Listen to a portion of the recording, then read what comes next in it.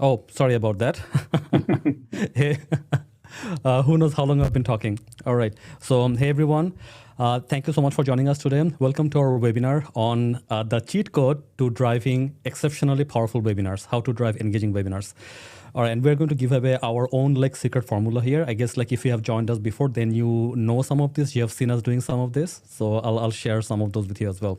All right, but before we start, sorry, someone actually has a. Oh, Samantha is saying, sorry, am I the only one who didn't hear the presenter? I only hear Backstreet Boys. Sorry, I was on mute. Samantha, thank you for saying that. Yeah, I was on mute.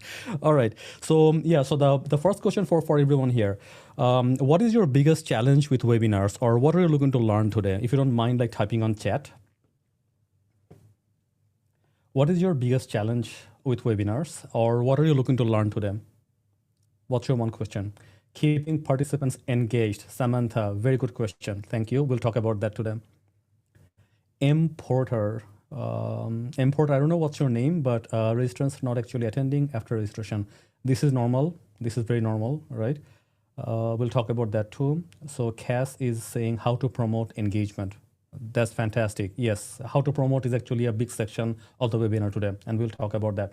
All right, so Nazia is saying encouraging people to ask questions. Oh, Nazia, see, I opened the webinar with questions and you are answering, right? So I think this is it. This is it, right? So you know what? I'm going to jump right into it and and give away my like the very first like secret for driving exceptional webinars.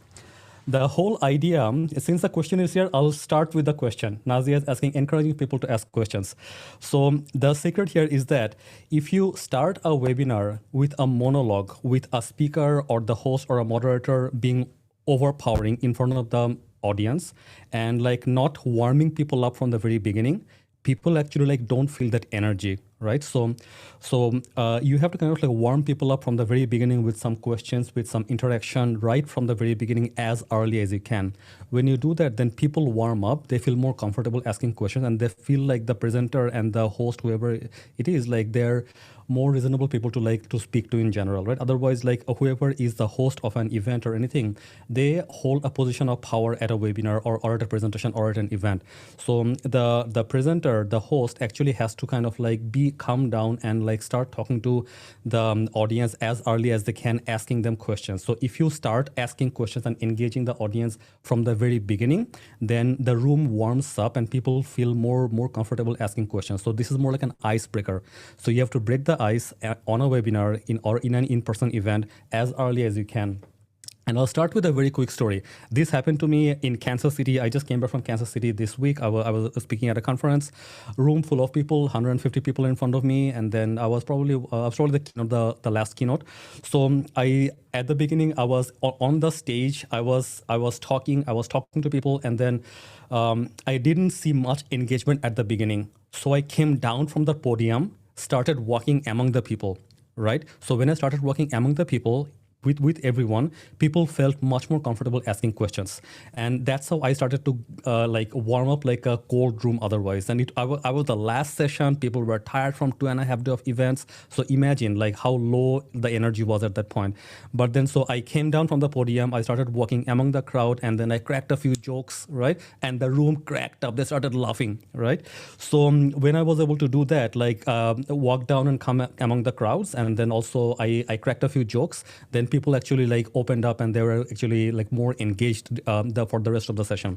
So yeah, so I started answering one of the questions already, Nazia. I don't know if you like if that was helpful, but yeah. Now, based on what you have seen, what you have heard so far in this webinar, right? I want you to take a guess. Will this webinar today be a fire or a flop? I want you to type one word in chat, fire or flop. Okay, Michelle is saying fire. Okay. I won't be disappointed. I won't feel insulted. So Cass is saying better be fire. That's why you joined, right? Yeah. If it's not fire, it's on me. Our team did an amazing job promoting the event and creating everything for me. So yeah, better be fire. Anyone else? If it is a flop, it's a flop. Like I take the responsibility. So if it's a flop, like you can type on chat. Or anyone else like thinks it will be a fire. I want it to be fire, right? So I'll actually say fire. So Anyone else? You can type anything. I won't be, yeah, I won't be offended.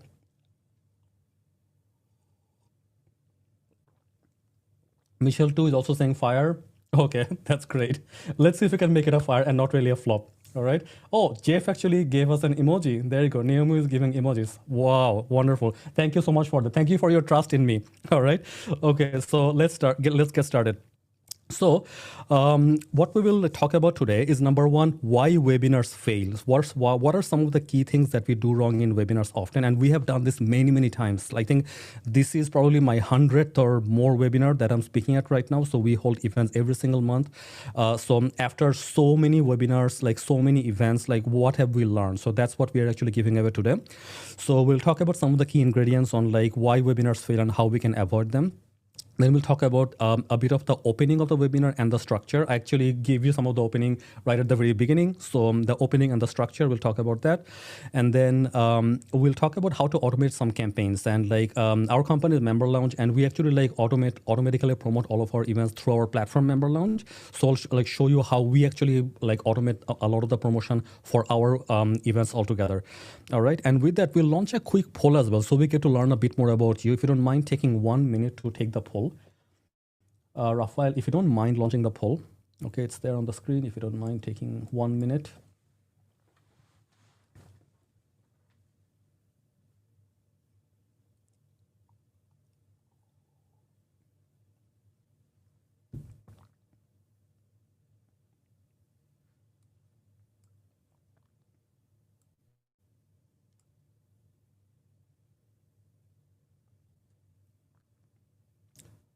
I see a few people have taken the poll already. Please keep going. The information is very helpful for us for creating future content.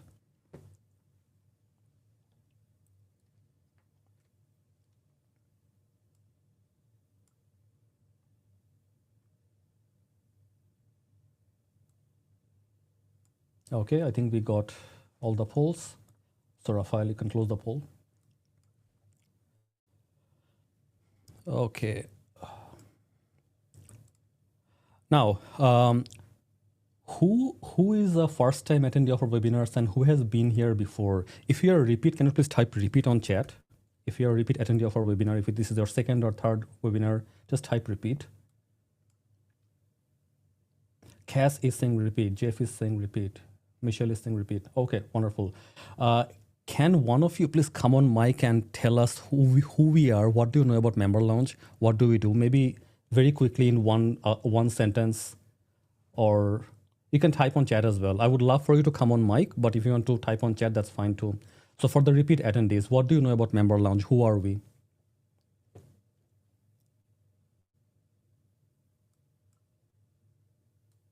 Any takers? Jeff, Michelle, Cass, do you know about us? Do you know like what we do? No takers? Okay, no worries. So this is an experiment. I tried it a little to see like how well our audience knows us. So Michelle is saying member engagement platform. Okay, there you go. Yes, so we're a member engagement platform. And we help associations double their member engagement with AI, right? So we will talk about we'll actually show a demo of how we automate webinar engagement and webinar promotion on our platform. I'll show that towards the end of the webinar today. Okay, that's great. So, and we have been working with associations for 15 plus years. And we have this webinar, we have a very popular podcast called the Member Launch Podcast. And yeah, so if you're not listening to our podcast, then like, of course, like sign up for our podcast as well in the future. All right. Okay, so we will talk about 3 hot principles today, like what we have learned after doing hundreds of webinars, and we will also like share a free gift for you that you can actually take and you can apply on your webinars right now. Hopefully, the free gift will be so powerful that like you can just like keep it and use it like again and again for your webinars in the near future. Okay, I like this free gift is something we use all the time. Whatever we use, we are giving it away to you. It's a free thing, so hopefully you'll be able to use it. Okay, now it'll be towards probably like towards the end, right? So I'll share it at that point because I want to show you there how it is used. Okay, so why most webinars fail? The most important thing for a webinar is the hook. So Usually, not too many people spend time creating a strong hook for the webinar. So a bad hook is a very one of the primary reasons for a webinar to fail. Now, what is a hook? I'll actually talk about that briefly right after. But a bad hook is the webinar title itself. So if the webinar title is a bit boring, if it doesn't inspires curiosity, if it's not eye catchy, then people won't click on the webinar and try to attend it.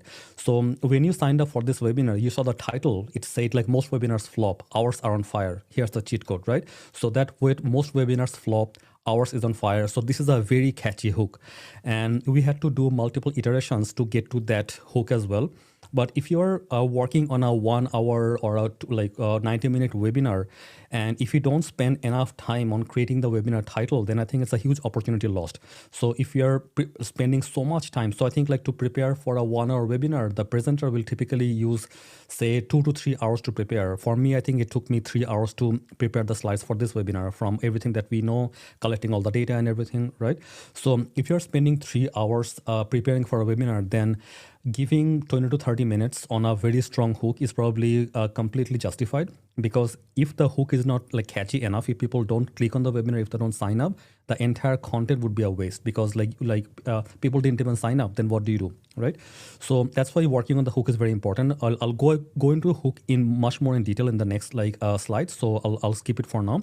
Then the second one is boring presentation, right? So if the presentation itself is boring, then people will tune out very, very quickly, right? And I hope my presentation doesn't become boring towards the end, because as I'm sharing so much material, the engagement will go down. We will see how it goes for today. But the whole point here is that the presentation has to be exciting slides, exciting presenter, right? The person has to present with a charming voice. If the person is not smiling, if the person isn't actually excited himself, then he cannot portray that excitement. He cannot send the excitement to the crowd as well.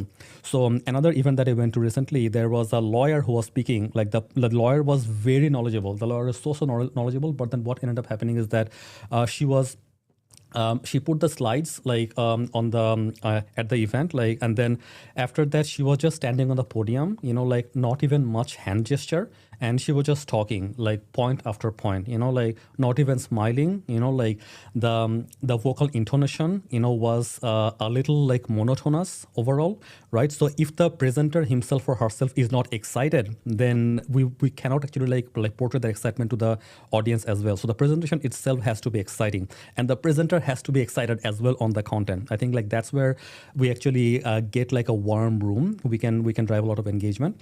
So we can also sometimes the presenter is so excited, so overpowering that the audience actually shuts down, right? So you have to be careful, how, if you're a person who is very outgoing, if you're very extroverted as a presenter, or if you have a very extroverted presenter, you have to kind of try to understand that what is a happy medium between being excited, having that energy, but not being overpowering in the room, right? So that balance is a very good medium. So I felt that in my talk last week as well, that at the beginning, I jumped up onto the stage, I was energetic, but then people weren't engaging. So then I came down from the podium, then I started walking among the people, and then there was engagement, right? So I realized that I was a little overpowering at the beginning, then I actually stepped down from the podium and I started talking to people. All right. So the presentation itself has to be exciting. So the energy and then the slides, all of that. Another key thing in the presentation is that if the presenter is reading off the slides the entire time and not sharing stories, then that's a kind of huge opportunity lost. So as I'm talking, I'm pulling in stories from my experience. I talked about my conference experience last week. I talked about another presenter, and then how I felt with the lawyer, how I felt being in the audience that day. So just reading of the slides isn't great if you can kind of tie it in with stories. So yes, I'm saying this, but here's an example. Here's a story. Here's what happened with a member. Here's what happened at our association.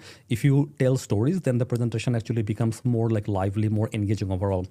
And then another reason why webinars fail is lack of engagement. So again, lack of engagement, I talked about that at the very beginning, that you need to kind of start by engaging people right from the very beginning, if possible from the opening slide. I did that here. I did that from the opening slide. I didn't even hit next to go to the next slide. I came on here on camera, and then I opened the whole webinar with a question. and I actually started answering some of the questions as well, right at the beginning. So if you start the engagement early on, then the room warms up and it becomes an icebreaker, and then people are more comfortable engaging towards the middle and end of the presentation overall, right? And there's one thing that we will not actually have a lot of time to do today, but if we can actually give the audience some activity, then that's very powerful as well. We'll talk about that later on. All right. I'll take a quick pause here. Okay. Any thoughts so far? Any questions on what I shared? I guess not. So I'll continue. All right. So the next reasons like why many webinars fail is that they are not accessible, right? So if the webinar happens at a certain time of the day where it's a very busy time for your members, or maybe at a certain time of the year when it's very busy and it's not accessible, then you will naturally not get signups, right? So sometimes it's better to kind of like cancel some webinars and reschedule, or maybe like move webinars from like one date to another. Because what happened with this webinar is that like this webinar was supposed to be, I think, like 3 months ago. I don't know when you signed up, whoever is in the room, but it was in such a busy time of the year for us and for our audience, right? That I did not have time to prepare for the slides, and then we saw that there were only 2 people who signed up. So I was like, you know what, like might as well like postpone this webinar for a couple of months. So being accessible to your members is very important as well, right? So I think like in the end, we probably had like 50-ish people who signed up for the webinar here, right? Like some of you are joining live, some of you will watch the recording. So yeah, so I think the being accessible is very important, like the time of the day, time of the year altogether, right? And then also like another challenge that we often see with one organization I'm part of is all of their, like not all, but most of their events are in person, and they have a facility there, like where I'm at here in Ottawa, Canada. So in their facilities, they like to have people in their facilities, right? But then just by trying to get people to their facilities, they are not doing enough online events, enough webinars, and as a result, they're losing out on a lot of engagement. Like their huge population of their membership, they're not engaging because they just don't have the time to go there physically and attend the event. So I think like being accessible, like, and having like a good hybrid mix, like some in person, some online, or maybe like a mix, or some can be at different times of the day as well, different times of year as well. You have to find out like what your audience wants, right? And then you have to be accessible for them. And then another big one is not relevant. So not relevant, this is very important as well. So when we actually create our webinar content, we typically don't look at a generic topic, right? So we look at one audience segment who we work with, and then we kind of like solve a problem that one audience segment has. So think of it this way, like our company we are a member engagement platform. We work with marketers, we work with membership managers, we work with directors, we work with executive directors, we work with CEOs of associations, we work with so many people, right? Now, if we always have like a CEO speak, right, I won't be able to speak to a membership manager. If I always talk about membership management, I will not be able to like speak to a marketing person, right? So for any webinar, for any content that we actually create, we kind of like try and focus on one audience, right? So one audience, and then focus on one problem. So today's webinar, we focused on membership managers or marketing people, right? There is nothing to do with a CEO here. So this is about like the people who are managing the events, people who are actually holding the events altogether. And for them, this is like a very powerful topic. So if your topic is so like broad that you're not directly speaking to one segment of your audience, then you will not have engagement, and then it will not be relevant for them, right? So for you to be relevant, you have to make sure that your topic and everything is designed for one segment, and you solve a big pain point for that one segment. I'll talk about that a little more as well. And finally, many of the webinars, they are not actionable. So you have this webinar material, but then like you whatever you're presenting is very theoretical. People can't really like take any action right after that. And if most of your webinars, most of your content is like theoretical like that, then it's like a huge challenge like for overall altogether. Oh, sorry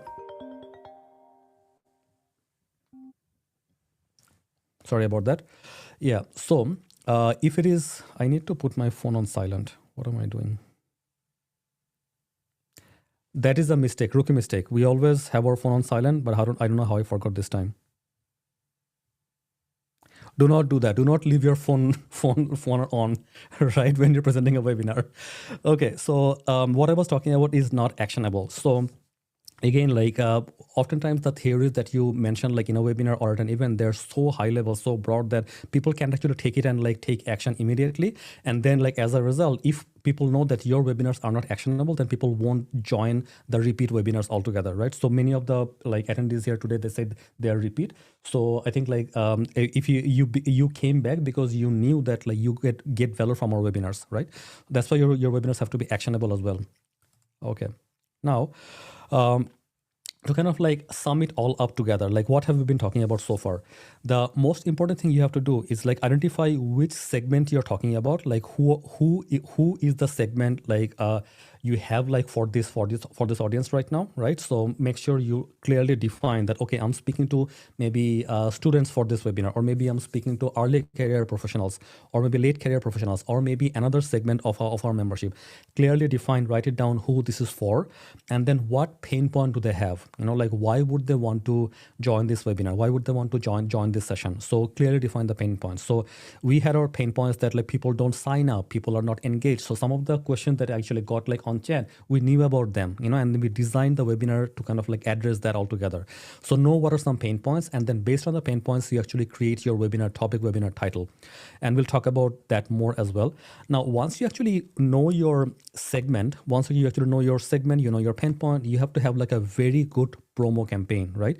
And how does the promo campaign work? The promo campaign will actually have to like start early on. So what we have found in our experience is that like if we when we are actually able to like post our events kind of roughly like 2 to 3 months in advance, then we get good traction, people sign up. But then like if we are always posting our events like last minute, if we are posting our event like 1 month before the event actually happens, then our sign-ups and engagement actually suffers. So your number, you know, like your mileage may vary at this. So if you're an association, you might want to post your events 6 months in advance, right? I don't like to post too much in advance because like things change often. Speakers have to change their schedule, right? So if it is an in-person event, then you have to like lock it in. You don't have a choice because you have to rent the venue. But if it's an online webinar, and if you have some flexibility, then I would say that like if you can post at least say like 2 to 3 months in advance, then I think it's great. If you can like plan out the entire year, that's fine as well, right? It doesn't work for us because things change a lot in our industry. Speakers have to travel, they like sign up for different gigs, right? And they like reschedule. So as a result, we usually like try to like keep it within like 2 to 3 months. So you'll see that like on our calendar, all the events actually are like posted 2 to 3 months in advance, but not more than that. All right. So, and then like once the event is posted in the promo campaign, you have to do a few things. So you have to have at least like what we find is that we send at least 3 emails promoting each webinar. So at least 3 emails. So it can be like few weeks before, it can be the week before, it can be the week off, it can be the day off, right? So what we have found is that if we can kind of like make our promo campaigns, the emails like more dense right before the event. So if we can compress that promo timeline to like the last 1 week, so maybe like 1 email at the beginning of the week, 1 email the day before, right? Those campaigns work really well. When we have done that, then we actually see like a lot of people sign up on the last week because like the webinar is happening now. There is an urgency and people sign up. If people sign up too early, people often forget. So if if someone signed up for a webinar that is like happening 3 months out from now, right? So then like maybe like in that time, more meetings will come up, other things will happen, and then it's like the likelihood of like us getting low engagement, you know, like is very high. So we try to kind of like promote towards the end of the webinar, but if your content is important enough, if some people come like with a purpose. Nazia is asking a question. Yes, Nazia, let's see. Dealing with industry with people who don't know their schedules in advance, and it's hard to get early registrations. People tend to register close to the date, which creates a challenge in planning. Yeah, Nazia. So I think that's a very good like challenge as well. So if you can maybe like not plan too far out, but like find your medium. Like what is your medium, right? So is it like 1 month ahead? If it is 1 month, if it is 2 months, or if it's like maybe 3 weeks, I think that will be fine as well.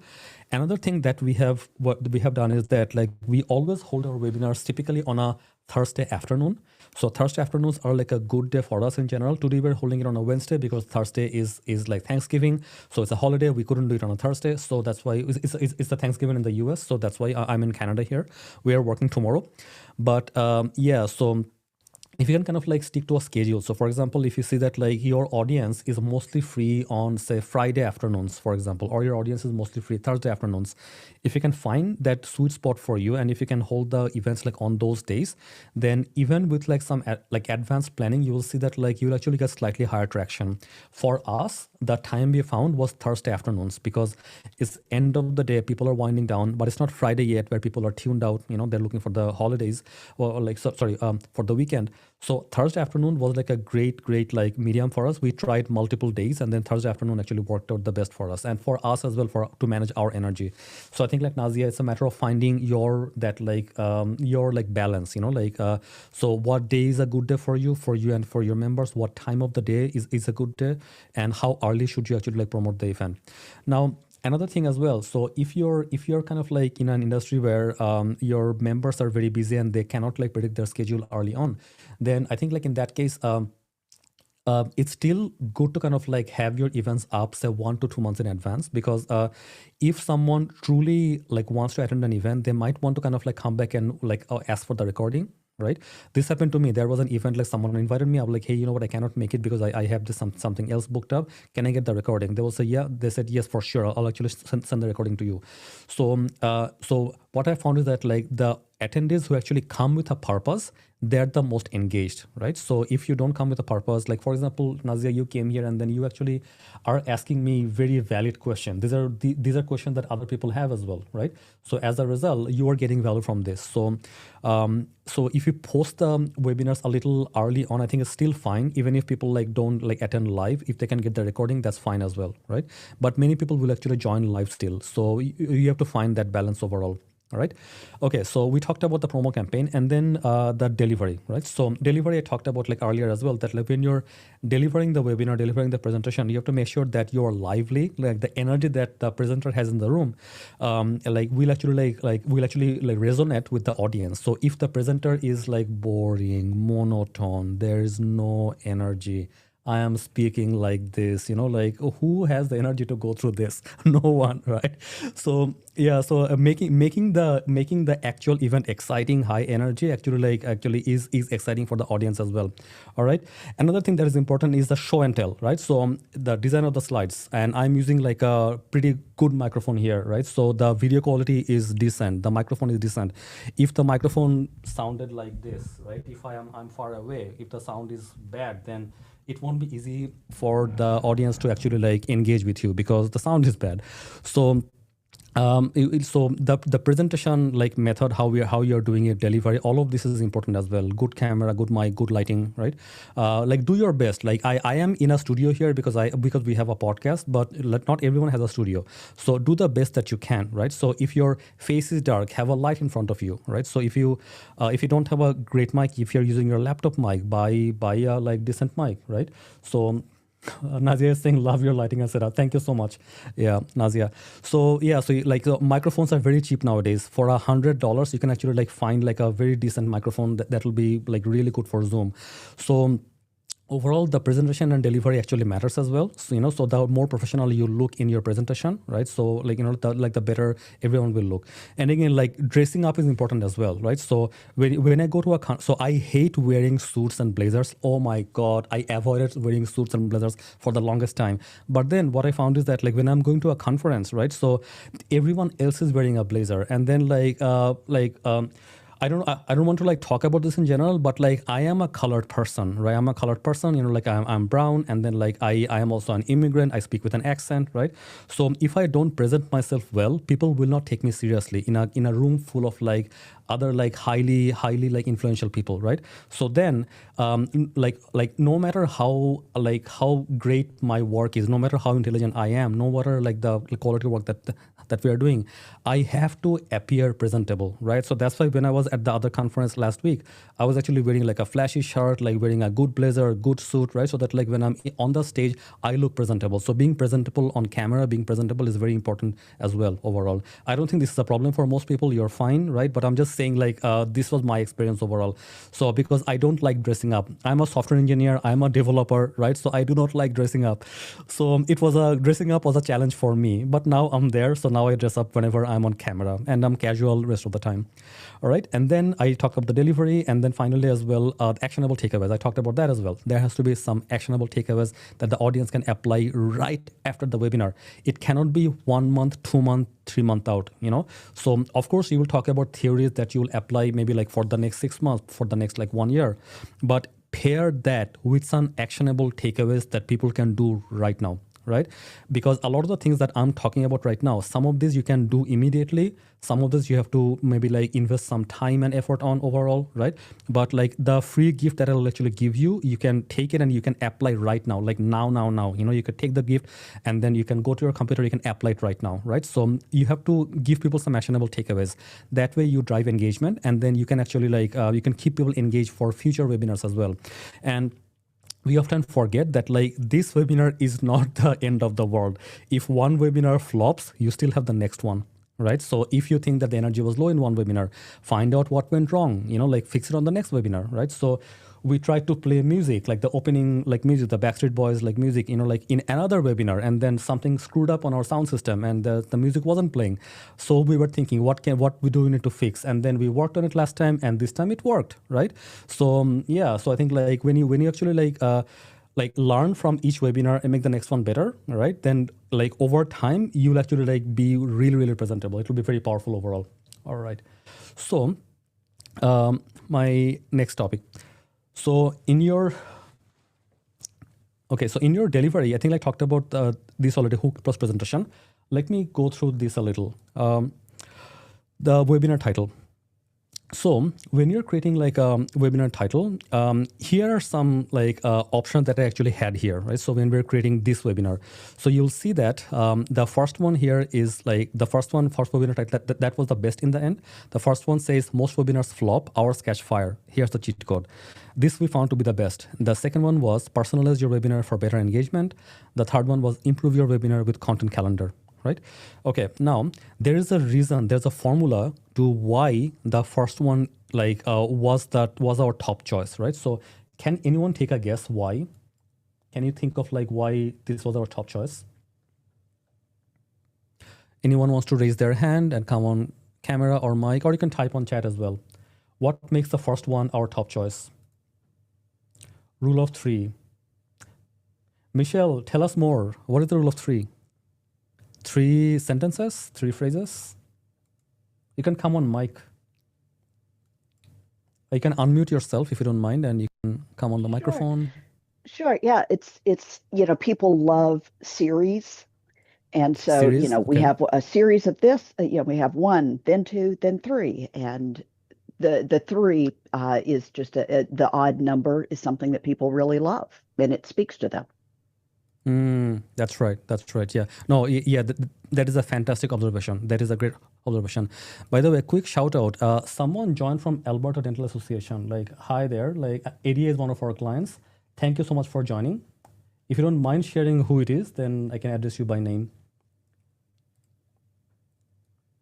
All right. Okay. So yeah, that's a great observation, right? The rule of third, like three segments. We actually like did this like with some like in a slightly different way, right? So our way of creating this was like a pairing the content with like a hook and a value. So sorry, Nazia is saying you show the problem and the solution in the title. Yes, Nazia, exactly. You show the problem and the solution in the title, right? And then Cass is saying quick, punchy statements. Yes, absolutely, right? So this is fantastic. All right, so I'm going to like share like here. So this is our cheat code, what we actually did. So strong webinars, powerful webinars, right? So typically have like 2 parts to it. A very strong hook, and the hook is a pain point, something very catchy, right? And then paired with a value as well, like what value will the person get overall, right? So the hook and the value, okay? So the hook here is most webinars flop, ours catch fire. Here's the cheat code. We are giving you the cheat code, right? So the hook and the value. Now the other one, the second one, it was still good, right? So it was like the hook was personalize your webinar for better engagement, right?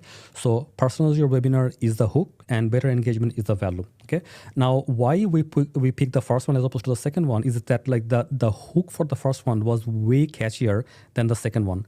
So most webinars flop, ours catch fire. So this was a much like catchier hook overall, and this attracted a lot of people altogether.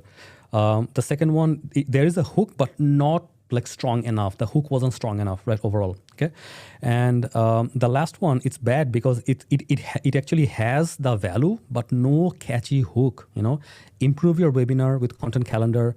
We're saying like improve your webinar with something, but then like it's actually like not like very catchy altogether, right? So that's why we actually picked that one, the first one, as our like top pick. Okay, so just a quick question for everyone here: can you apply this formula in your webinars?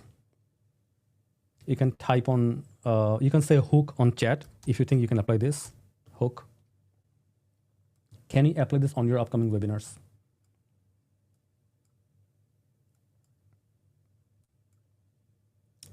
Michelle is saying hook. Yes. Anyone else? Can you apply this on your upcoming webinars?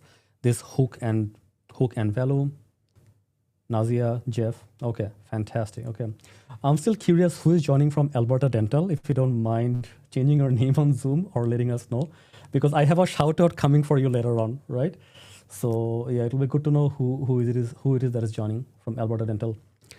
All right, so moving on.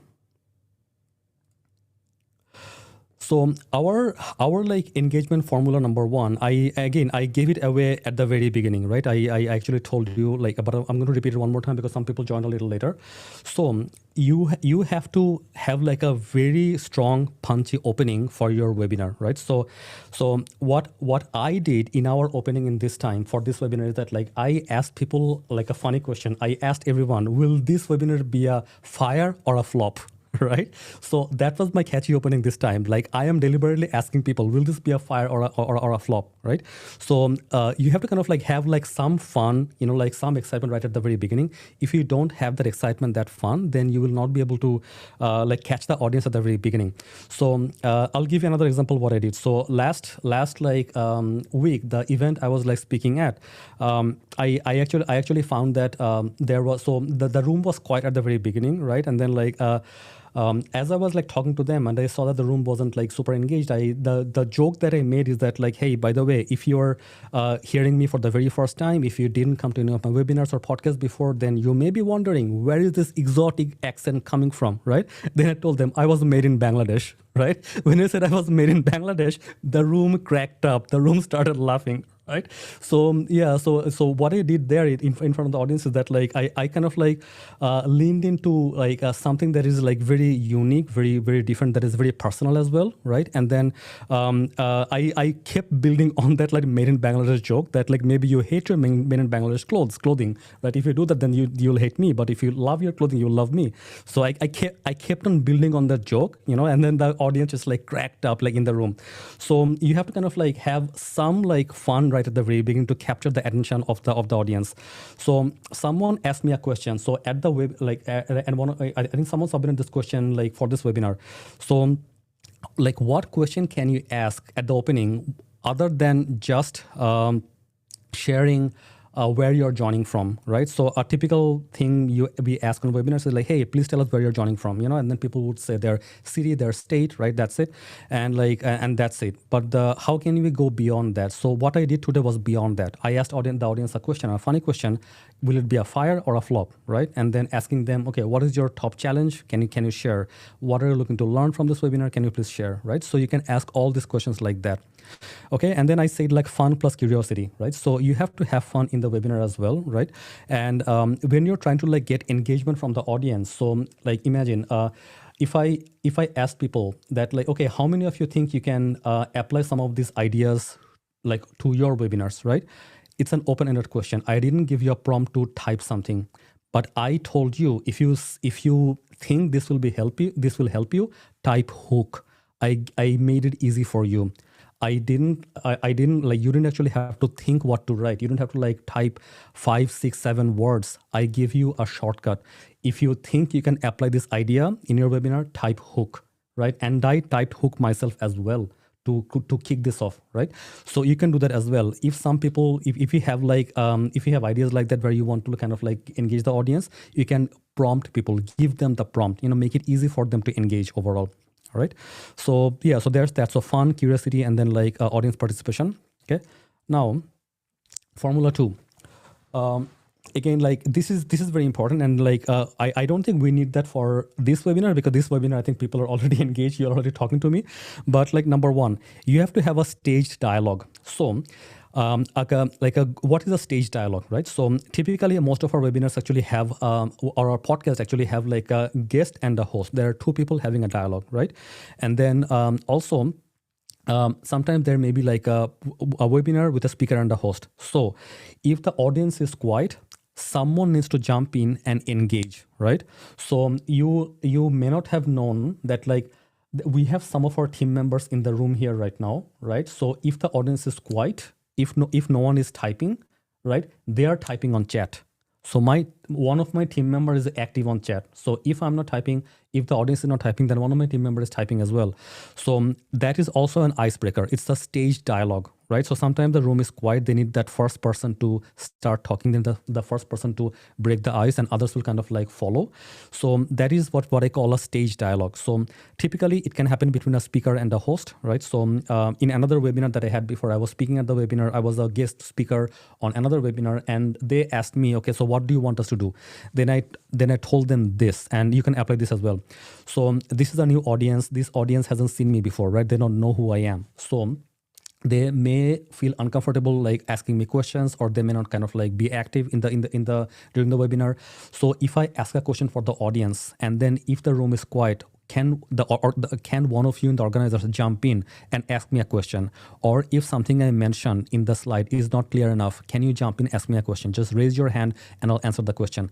So this is what I mean by a stage dialogue. And the stage dialogue can happen between a speaker and a host, typically, right? It can happen with a speaker and the host and attendees. So I kind of like prompted Michelle to come on mic, right? So then we had a dialogue. We're having a dialogue on chat, but I also asked you to come on mic. As a result, we had a conversation, right?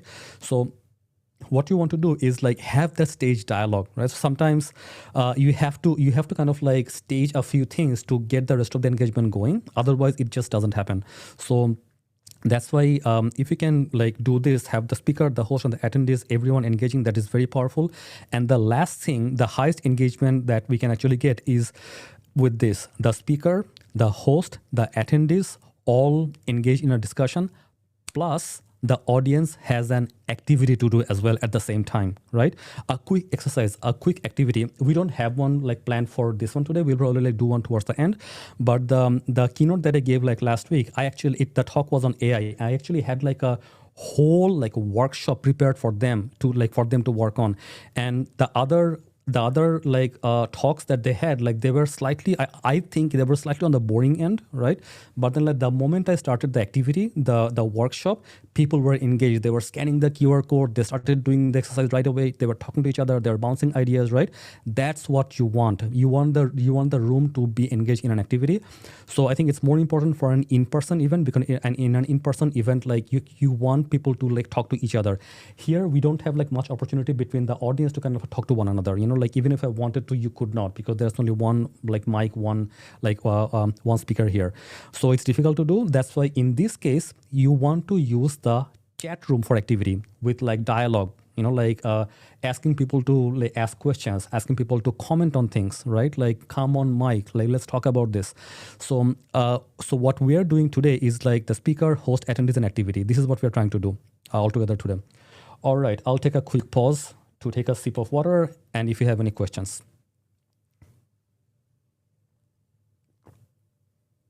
If you have any questions so far, please type on chat. If not, I'll go to the next topic.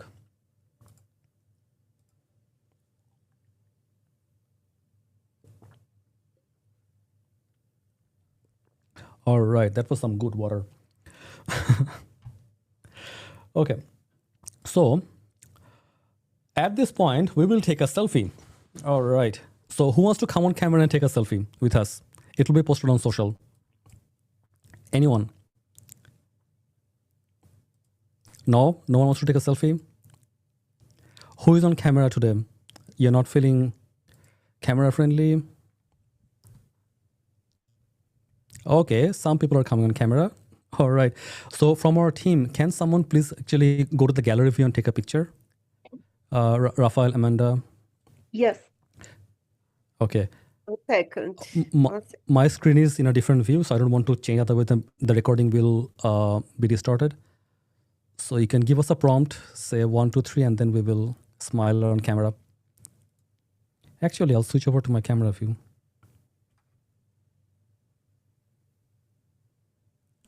Okay. 1, 2, 3. Let me take one more. In the gallery view, right? Yes. Okay, there you go. Fantastic. I'll go back to my other camera mode.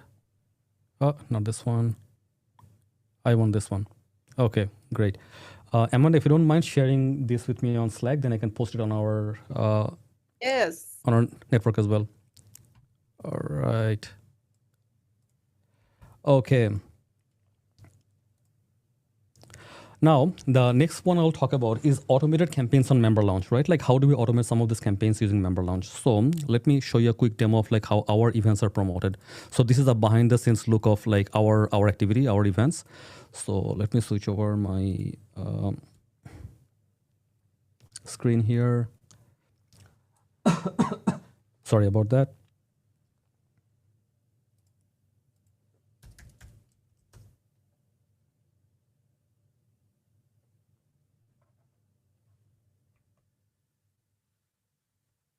Okay, can you see my screen?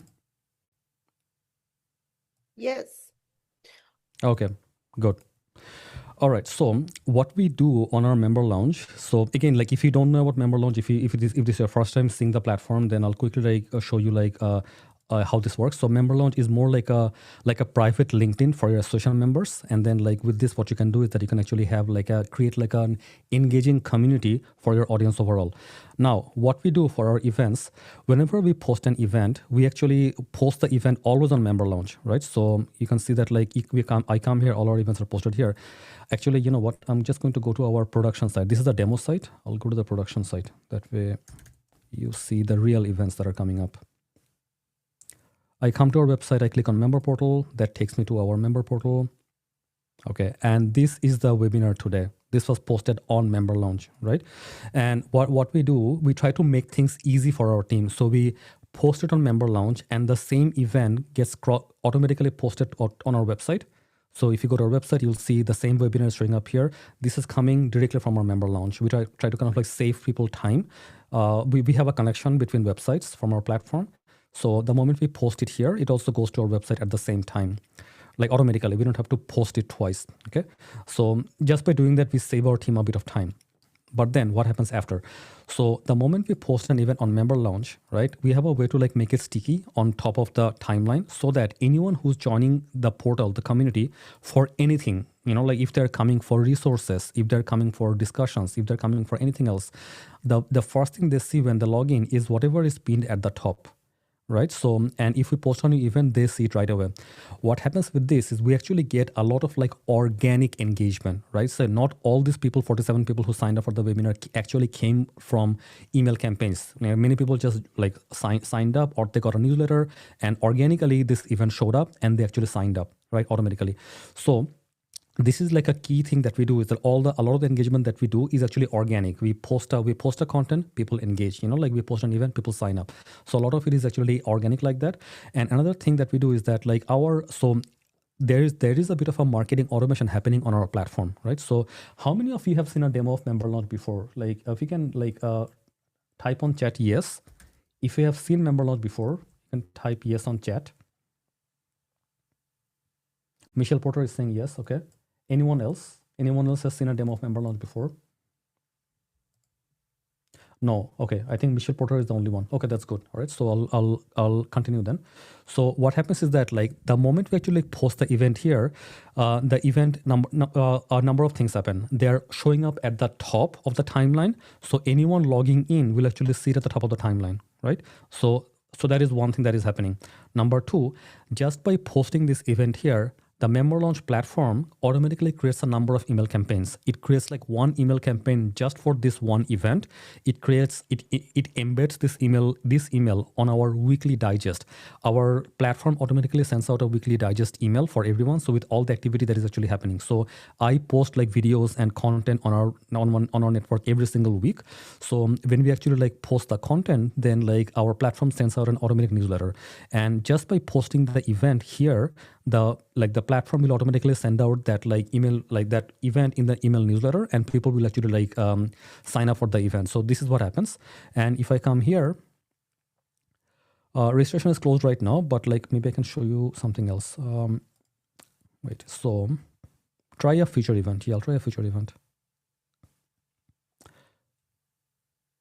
Yeah, so yeah, this is a good one. So see this event. This is actually happening next week. This is another like very important one. So this is for community engagement, right? So if you are into community engagement beyond the webinar, what to do in your member community, like you want to drive people to drive more engagement to your audience in your online community, then this is the webinar to attend. With Catherine Hackney, she is a very powerful like person in like community engagement. So she's actually giving away a hard cheat code there. But what I wanted to show you is like when people come to the event, right? So the event presentation has to be catchy as well. How is the banner? You see, there's a nice picture of like me and her there. There's a live play button here, right? The banner says the engagement code in big. So the designing of the banner is very important as well. And like our platform kind of shows it in a nice way, but then someone had to design the banner itself. So our marketing team, I think like Amanda, thank you Amanda for the beautiful designs. Someone has to kind of like create the designs. And what you you can create a few design templates for the banners and keep repeating them. You don't have to design too many of them. You have to design just a few templates and just keep repeating them for future events, right? So what we do is that like we use the same banner, but then they show up in different formats. So I'll show you. So you'll see the banner looks like this right now, but if I click on the actual event, the banner is like cut out on the two sides, and we see different views of the same banner to keep it a little more interesting. We don't keep showing the same banner everywhere. So here's what happens as a result. If I come here, and if we had more design elements on the right and on the left, right, those design would show up here, but they would not show up on the registration page, which is fine, right? The picture will look more lively. It'll look like a different picture altogether. So we did some little hacks on the platform to make the content look more exciting. And the kicker among all of this, if you're using our member launch platform and if you're using this registration form, is that making it extremely easy for people to sign up. You will see that people do not have to click on a button to actually sign up for the event. So it's embedded. The form is embedded right here. My name is like pre-filled right here. And I can just like type in a few letters and then hit join. Joining is so easy. If you put barriers in front of people to join to your webinars, if you have like a 10 field form, like email, like by the 5th, 6th field, people are tuned out. Maybe their phone rang, maybe something else happened and they will not sign up, right? Your registration forms has to be as simple as possible. So we leave it to, I think, like 5 fields, no more than 5 fields. So first name, last name, work email, phone, I think is a 1, 2, 3, 4, 5, 6 fields. Yeah. So, but most of these are pre-filled, so people don't have to fill this, but we limit to kind of like 5 to 6 fields and never more than that altogether. All right. So this is very important as well. Now, the next thing that happens automatically from the platform, when I'll actually show you behind the scenes here. If I hit edit, I'm editing this event right now. You see we have 2 hacks here, right?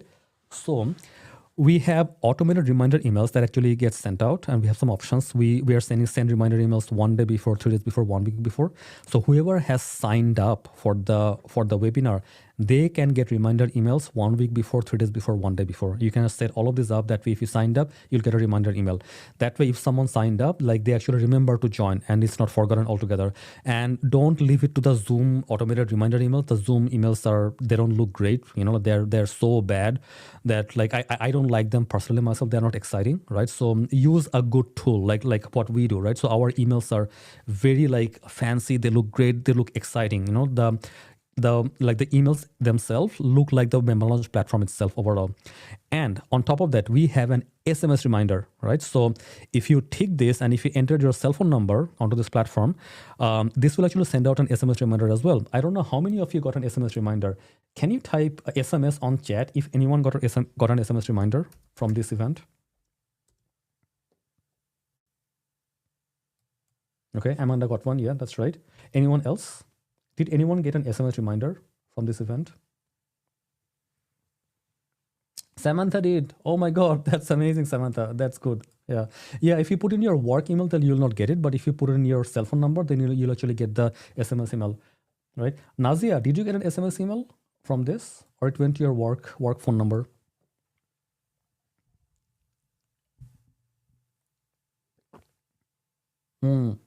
That's why, yeah. So if you entered your like cell phone number, then you would actually get an SMS. Okay. So these are some hacks that we have, right? So that way, like, we actually like try and drive participation at the event as well. Okay. So with that, I'm just going to like go back here. Okay. Does anyone have any questions so far on how we automate our engagement, automate our emails, campaigns, and everything?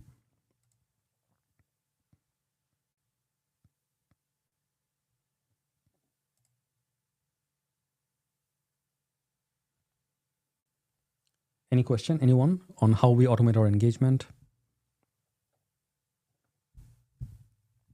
Maybe you can explain to how Member Lounge integrates with CRMs and other systems for that. Oh, yes, that's a very important question. Very important question. Thank you so much for that. Yes. So let me actually talk about that here. So one key thing is tracking the event activity, engagement activity, like within your CRM and like with your other platforms as well. And we actually have that like built in as well. So what happens like on Member Lounge and all the events is that whenever someone registers for an event, so all the attendee data automatically gets like sent to your CRM as well. So you can use our CRM, you can use another CRM. We have a 30 data point connection with our other CRMs as well. So all your event activity, event like data will be actually tracked on your CRM as well, and it will show up as an activity under that member's account. That way the engagement data will not be lost at all, right? It will be saved there and you can actually use it in the future.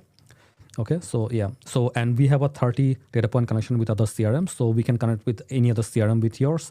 Anything, if you're using like maybe something like your membership, or if you're using say member clicks, anything, we can actually connect with your CRM too. Okay. By the way, quick question for the audience. What CRM or AMS are you using right now? If you don't mind typing on chat, what CRM or AMS you're using?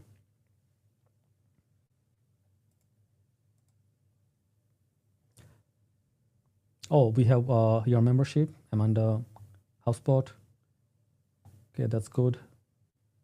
Anyone else? Can you type on chat what AMS you're using? So Michelle, we connect with your membership, right? So if you want to like find out like how the connection works, you can book a call with us, and then we can show you how that will work, right? Okay, so I'll continue. And here's some fun story that like we actually found like working with our client Alberta Dental Association, and that's why I wanted to like ask like who is joining from ADA, because I wanted to like give you a shout out. So our client, you know what? Let me actually finish this first. I had a few more things here. So I talked about organic campaigns, right? Already we talked about that, right? I talked about the easy registration. The registration process has to be as simple as possible. And then finally, the reminders have to be catchy, right? So how do we make the reminders catchy? It has to be, like I mentioned, the emails, automated emails has to be like beautifully designed, right? And also at the same time, like if your reminder emails carry the title of the webinar as well. If the webinar is catchy, then the emails will become catchy as well. So our emails actually show the webinar title in the email itself and slightly modified version of it. So that way we actually make the reminders catchy. All right. Okay. So I'll just go back to the slides here. Okay. Now, a huge shout out to the Alberta Dental Association team here. Again, I don't know who is joining, but this is Tabitha, like one of our account managers. So we started working with Alberta Dental, I think like slightly like over a year ago, 2 years ago, roughly. I don't know exactly when. I think slightly more than 2 years ago. So in a matter of a year and a half, like we were tracking their engagement from the very beginning of like how many monthly active users they were actually getting at the very beginning, and we were tracking it like month over month over time, right? And then we were seeing like if the numbers are actually going up, or if there are people are actually engaged, if they're actually like logging in every single day. And there is a metric that we count for that. It's called monthly active users. How many people are active on a given month, right? So we were tracking that like metric over time, and we found that like from the beginning, like if we look at like the trend, we did actually like increase the engagement like 2 times. Over time, the monthly active user count actually went up. It became double. So we were thinking that the data was wrong, right? So when I was looking at the data with our team overall, and like, okay, so like how like is this right? Like are we actually like getting that much engagement? Is the data flawed? And then like we reviewed it like multiple times to see like whether it is true, like what is happening. And then like I would have been happy with 30% engagement. I would have been happy with a 20% engagement. But the number that we saw was mind-blowing for me as well. I saw that the numbers actually grew up to become double over time in a matter of like, I think slightly over a year, like it became like double altogether. And we are super excited for that. But it didn't happen just by the platform though, right? The marketing team at Alberta Dental, they were super, super like powerful in like creating content. They're probably one of the most active like, users of our platform member launch. So they're posting regularly, their events are on the platform, they're posting on their own, like they have nudges there, and most of their team members are actually posting on the platform regularly. So like the key here is that, remember I told you about like staged engagement. I'll actually go back a couple of slides. The staged engagement here, right? The staged dialogue. So it doesn't only happen on the webinar, it happens on your online community as well. You have to kind of like post some icebreaker questions. You have to post some icebreaker items altogether on your community, on your webinar, everywhere. When you actually do that, when the whole team comes together, right, and we are actually engaging with the audience as a team, then like the whole like your audience will actually feel the energy, and they will actually like engage accordingly as well. So I think this was a huge takeaway for us, and in this case, we learned from our client. We learned that like the power of that like staged activity like on the platform. So I think that is like a very good takeaway for everyone here in the room as well. All right.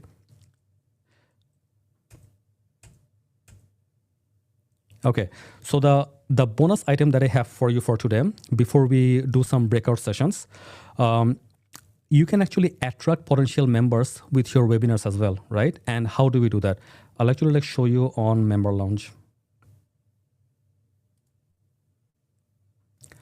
So what you can do, if you still have room for improvement, room for growth, like in your audience, if you actually have like a lot of like professional in your industry who hasn't signed up to become a member, this is very common in like many associations, that you probably only have like 20% of the membership, 30% of the membership, but you have another 70% of the membership who can potentially join.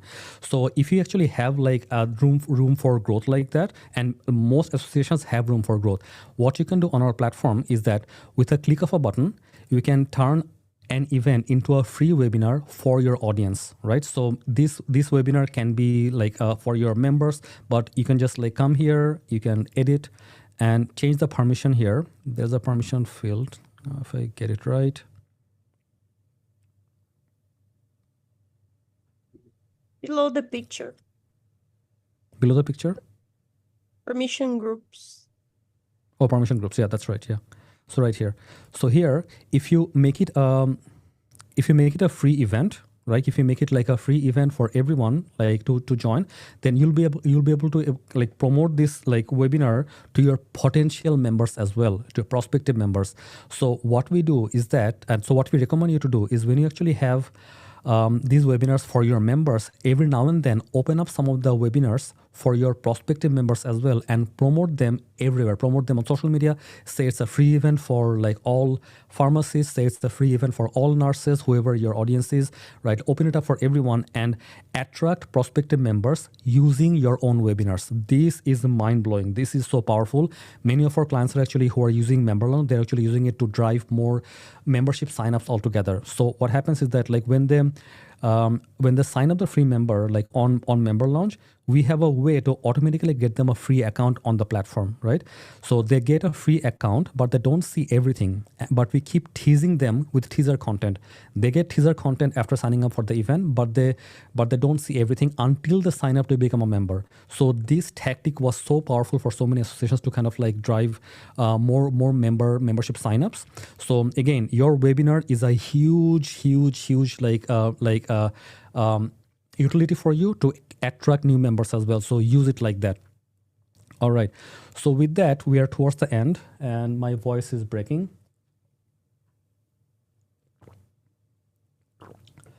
Okay. So now I'm going to give away a free thing for everyone. So this is a free gift. You can take a screenshot and we'll do an activity together at this point. So this is a ChatGPT prompt for creating killer webinar titles, right? Again, you can take a screenshot. This won't be emailed to anyone. So if you don't mind taking a screenshot on your like screen, that will be great. And I'll do a quick exercise. If anyone wants to play along with me, if we have a webinar coming up, can you share the topic of the webinar and we will do it live together to see how it works.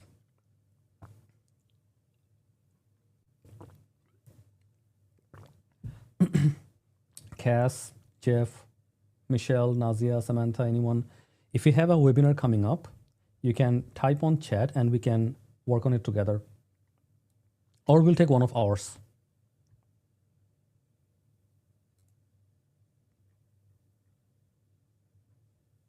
Amanda sent for engagement code. Okay, so that's a good one. You know what? We could do that. We could use our engagement code, right? Our next week's webinar. So I don't think we used our like ChatGPT prompt for that webinar, so it will be a good test as well. Oh, Cass actually has one.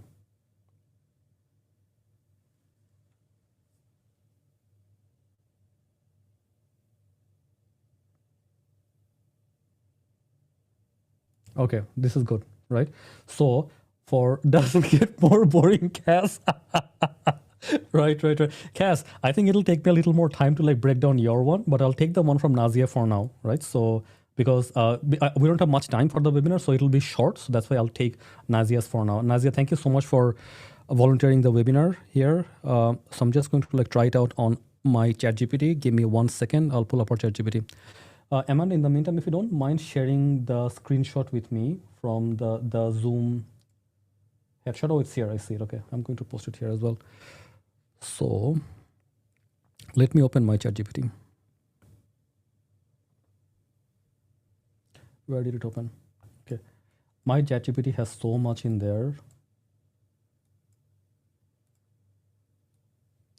All right, I hope you can see my screen, my ChatGPT. I have so many things in ChatGPT. So what I'll do, I'll take this ChatGPT prompt and then try to come up with a killer webinar title for the one that Nazia shared.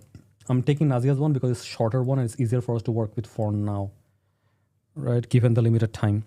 Okay. So what I'll do is I'm going to like start by copying this entire prompt. Okay. So copying this entire prompt. Go to ChatGPT. I'll paste it. And then you see your topic here. I'm going to replace that with the topic. Okay. I hope this webinar is not a flop. I hope this webinar is not a flop because of this. I hope it will work out. So I think it will. We should be fine. Okay. And then I'm going to like replace the topic here. Can you all see my screen? Is it big enough? I don't know if it's big enough. I hope this is big enough for everyone to see. It's great. Oh, it's great? Okay, fantastic. Thank you. All right, so I did something funny here though. I'll break down the prompt here like in a bit, but I'll show you what happens if I do this, okay?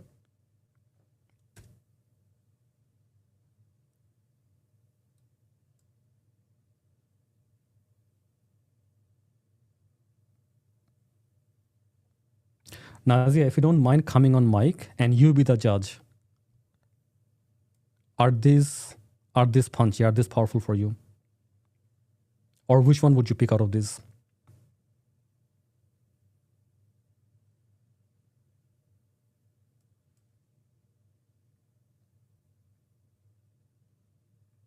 Wow, we got so many here. Normally we don't get that many. Okay, it gave you so many options. Again, so you need to like pick your like top one from here, but it is giving you some options already. But again, we actually made it so simple though. You have one simple topic idea in mind, you enter it in the prompt, and you got so many ideas that are highly engaging. Okay, Nazia, if you don't mind just like working with us here, which one would you pick out of these? I like the first one already. Ontario FAR courts are changing fast. Are you ready for 2026? If you ask me, I would take the first one. There's a question Sorry. right there. I know you're trying Yes. to engage. I was trying to type. I was reading. I'm sick, so I was trying to avoid the microphone. Oh, I'm so sorry. I'm so sorry, It's Nazia. okay. I sound like trash. Yeah, but the first one, yeah, it's catchy. I was reading through there. Catchy. I see how you're using the system. I was just kind of taking some screenshots and reading as you're talking, and avoiding the microphone. But we can try the first one. Isn't it? Isn't it right? The first one. Even the It's first one is already so better good. than what was there before. So. Yeah, absolutely. Absolutely. Yeah. So I think that even the first one is great. So what I did here is that like, and we'll actually try it out with like Cass's one as well. I think it'll be difficult to work with Cass's one, but just as a quick example, we will try that. No, look, you will actually try that too. Now, in our case, in this case, you'll see that like, I'll break it down. What we did, we typically don't get so many good titles. Oh, Cass already got something. Revolutionary thyroid surgery. The advantages of NIM vital. There you go. Lots of good ideas on ChatGPT. There you go, Cass. You already got ideas. This is so good. All right.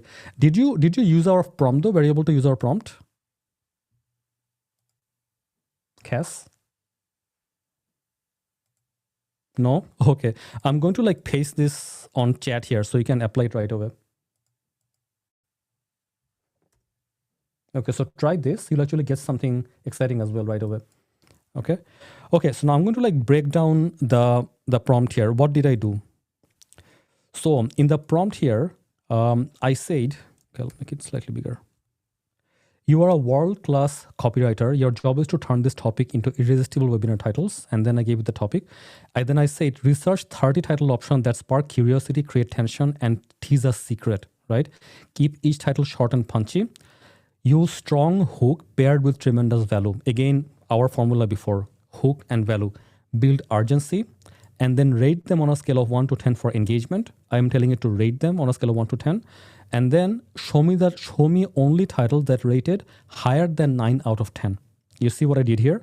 I told ChatGPT to do its own research and then told it to only give me titles that actually rate like 9 plus. And we already got so many that are 9 plus out of this year. We got 30. Okay, so this is my cheat code like for creating like a killer like webinar titles. All right. Okay, I'll do one last thing. Who wants a copy of the slides? Anyone wants a copy of the slides today? If you want the slides, type yes on chat. Yes. Okay, so we're going to do like okay, this is part of the exercise today. This is part of the exercise, right? So what we're going to do and what you can do as well to drive engagement in your community overall. So you can just like go to member launch. I don't know if you can right now, like given the time that we have, right? So I am going to post on our community here, right? So I'm going to like post this message. Had a blast talking how to host killer webinars.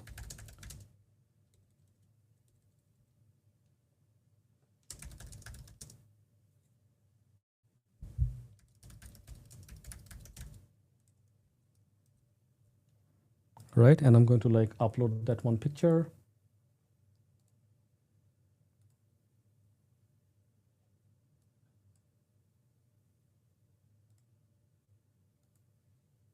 Actually, I'm posting it live on our platform, so anyone who's a member will actually get an email from this, right? So just going to like pull it up. Okay, I'm showing this to you as an example, but again, this is a live exercise, right? So, and okay, let's make this right. Had a blast talking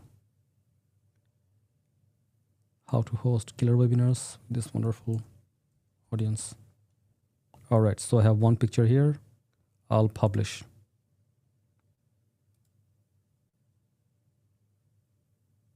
everything is live, right? So it's going to be published right now. There you go.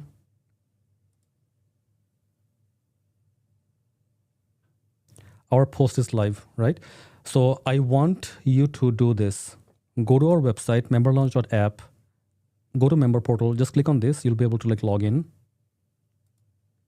If you remember your login, right? So just like do this and then just come here, type slides.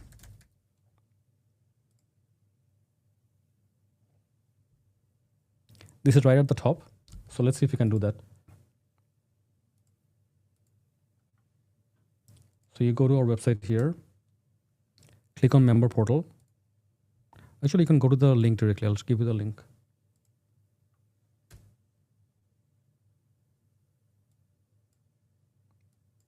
So what I'm trying to do here is that I am going to attach the slides to this thread here, right?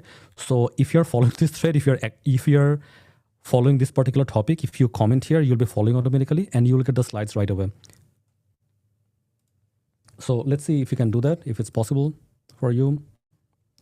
We have a few minutes left for the webinar.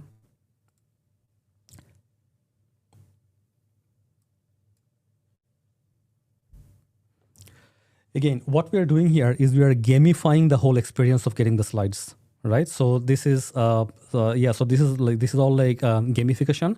So we are gamifying while at the same time driving engagement with the audience, with you, onto our community, onto our platform, right? So in this case, what we are doing is like we are using our community as the way to like drive engagement, right? So you know what? I'll give you the link here directly. I think it'll be easier. Michelle posted slides. This is the direct link. So if you are able to log in, you can post here directly. This is the direct link. Sorry, I should have prepared better for this. Okay. Or if you don't find your login right now, you have to reset your password. You can always come back and like type slides here. Anyone who has posted slides in this thread will get a copy of the slides, right? Again, this is gamification. Now, this is one way of doing the gamification to get the audience like involved, get the audience like engaged altogether, right? What more? Another thing that you can do, like while we're waiting for some people to like type like slides here in the thread. So the other thing that we did is that like in my speech like last week, right? So I gave everyone a QR code to download the slides and I gave them another experience. So I'm just going to like demo it to you while we're here, while you're trying out logging into Member Lounge.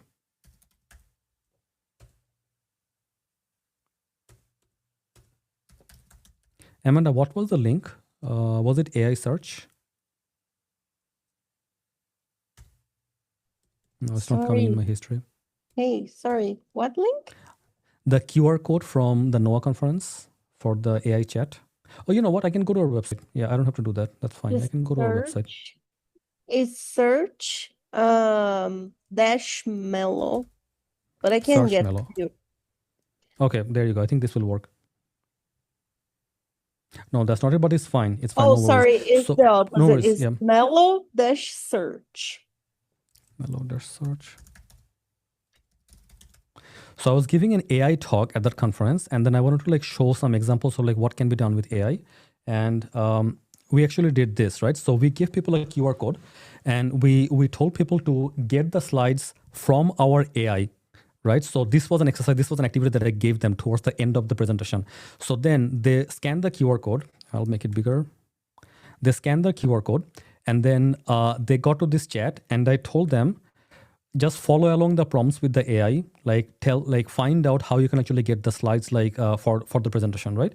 So then the conference was called NOAA. So NOAA is the Nursing Organizations Alliance. So it's the alliance of all the nursing associations in the US. So I was speaking on AI on that like event. So I told them, they came to this QR code and I told them to like follow along to get the slides, right? So they came here and they clicked on this NOAA, or they typed here to our AI agent. So some clicked on NOAA, some clicked on the, some actually typed their prompt. But when we did that, See, our AI was saying, welcome to Kansas City. We hope you're having a great time at NOAA. Don't miss our CEO Farhad speaking on November, your AI wake-up call, right? It's asking, would you like a copy of the presentation slides? Right? And then we have this yes and with the slides. So people followed along with the prompts. Can I grab your email before the download link? So I'll give it my email.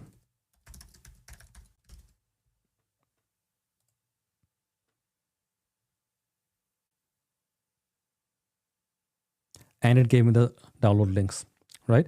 You see what I did there? It was an AI talk, so we made it very relevant to AI. We gave them our AI agent to download the slides and show them what is possible with AI, right?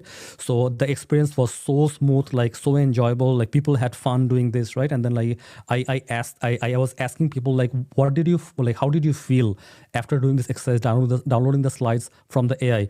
They were like, oh, the AI was so polite, so gentle. It's creepy, right? Creepy what is possible. So yeah, so it was so exciting. So if you build some activity in the event itself, like to drive engagement, that is super powerful. All right. So we are coming up on time here. Was anyone able to log into Member Lounge and post? Let me go back and check. No. Okay. So, I think this is a flop for us that no one was able to log in and like post slides here on our community. If you want to like do this later on, do that as well. Oh, Nazia is saying yes, refresh. Thank you, Nazia. Oh, okay, that's good. All right, we got one here. Okay, good. So we will post the slides here. All right. So that brings us to the end of the webinar for today. So those who are still hanging out here, I just want you to kind of like type on chat one more time. Was this webinar a fire or a flop? Did you enjoy? Did you learn something? Was it exciting? Was it a fire or a flop? Jeff is saying fire. Michelle is saying fire. Okay, there you go. That made my day. Thank you so much. Really appreciate it. Okay. Anyone else? Fire. Appreciate the prompt. Samantha is saying, yeah, fire. Okay, that's fantastic. That's fantastic. All right. Nazia is saying flop. I like that. I like that, Nazia. Okay. So before we wrap up for today, I guess like one last thing. So if you want to learn more about our platform, or if you want to kind of like learn more about like how you can take it to the next level, like working with us, you can always book a meeting with me or with our team to kind of like take more action items, what to do next immediately, right, with this, and how you can take it to the next level. Again, what I told you is just the tip of the iceberg. There's so much more depth to it. There's so much more we do for engagement. There's so much more our platform does for engagement. Like there is like so much that is happening behind our platform. We're actively building AI. We're building like AI engagement with our like Melo, that chat that I showed you. There are other like AI powered engagement happening within the community, within the members and content. So if you want to learn more, please book a quick meeting with me, and we will actually like share more updates and what we are doing. Alrighty.